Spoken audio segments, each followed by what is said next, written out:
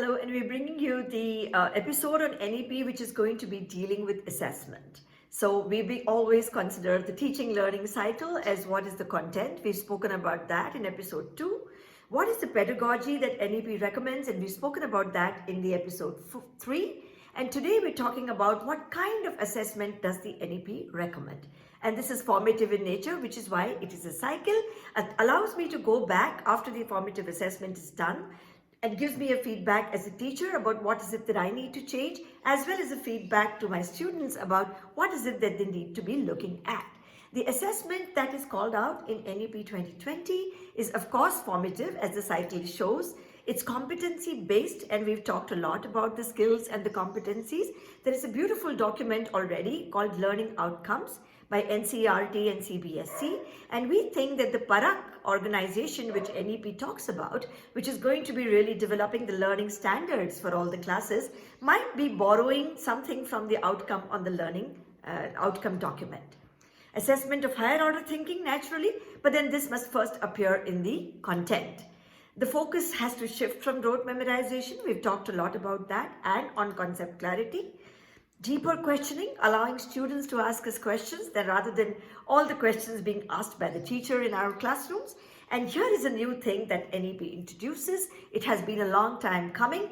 Encourage children to do self-assessment and self-regulation, self-monitoring of their own learning path and learning goals. Here's a shift. So creating learners for life. So once again, what it really means is a shift from rote learning. It's introducing self-regulation and self-assessment. And here is something about the examination system. So the 3rd, 5th and the 8th would have a semester system. There would be a best of 2 when we actually appear for the board examinations. So we need to actually be looking at adapting ourselves to this new assessment system, especially where the higher order thinking skills and the competencies are concerned. I think it's easier, as you know, to grade for content than to really grade for skills because we're not used to it, and that's going to be a major shift. And here is an example to show you how we generally do not look at this very deeply. So if I were to focus on how to think, that's what I need to do. We're also actually thinking about introducing the idea of a rubric, which is a very authentic tool for self-assessment. How do we separate the level of difficulty from the level of the various thinking skills and the different levels we know in the taxonomy, for example? So Bloom's taxonomy, you'll recall, it's remembering, understanding, applying, analyzing, evaluating, and creating. How do we go to the higher levels of the thinking skills and not consider that as a difficult question? So here is something that I thought we'll sort of do to differentiate between what is hard and easy and what is higher order and lower order thinking.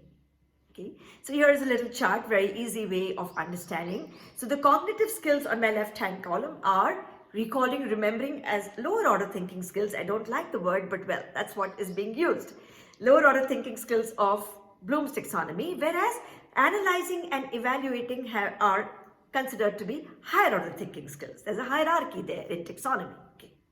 So suppose I was in the primary classes and the higher classes, I take something as easy as Snow White and the 7 Dwarfs. It's just an illustration, regardless of which schools we're teaching in. Okay. So if it's an easy question, it could be, who's the main character of Snow White and the 7 Dwarfs? But for the same recall remembering, if I ask a question like name all the characters in Hamlet or in Macbeth, then that's also a recall and remembering question, but not easy. Okay, it's a hard one. Yeah. Let's move. And suppose, so this is also to show you that even in the pre-primary, we could encourage higher order thinking skills. It's not meant, higher order thinking skills are not supposed to be only for higher classes. We need to raise the bar of thinking right from very early years.